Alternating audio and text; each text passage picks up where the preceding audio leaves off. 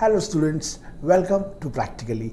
Today we're going to learn what is close packing. First we should see the definition. What is it? See, the close packing is nothing but the packing of spheres in such a way that they occupy maximum available space to them and left minimum empty space. That means as much as space they would occupy and left a very less space empty.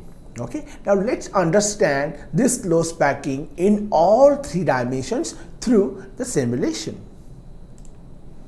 See, you can see here the spheres have been arranged in a one line. Okay, now I'm going to select one dimension and I'm going to drag this sphere here.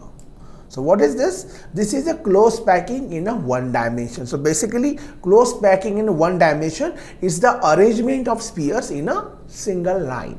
Okay, now we can also move it like this. You can see it's a single line, right?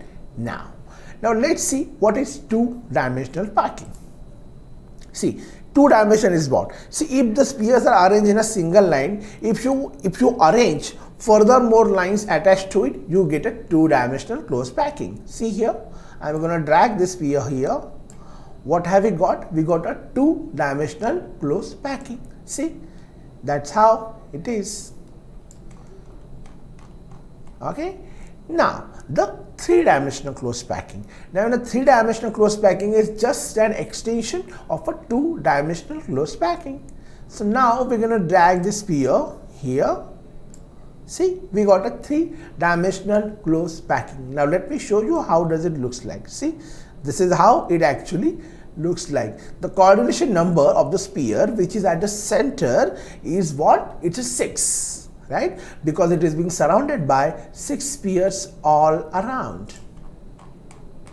I hope you understand this concept very well. For more such concepts, please download the Practically app and register to start your free trial.